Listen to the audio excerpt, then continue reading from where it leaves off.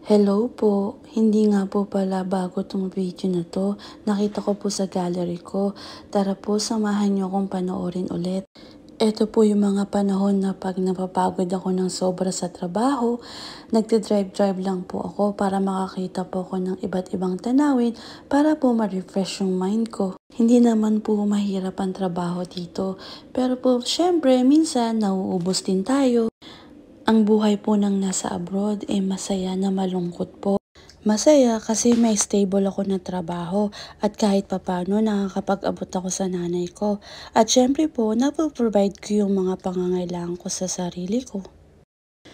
Malungkot kasi malayo ako sa Pilipinas, pero okay lang po yun. Kasi marami na rin naman po akong kaibigan dito. Tapos po, nasasanay na rin ako sa buhay dito. Pero po, hinahanap-hanap ko pa rin sa Pilipinas. Dito po, sipag at tiyaga lang ang puhunan. Talagang marerecognize ka talaga nila.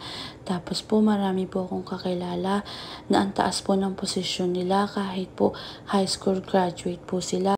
Kasi ang trabaho naman po natututunan. Pero po, maganda pa rin po na makapagtapos ng pag-aaral. Ang maganda lang po dito, no age limit, no height limit, at no pleasing personality na kailangan.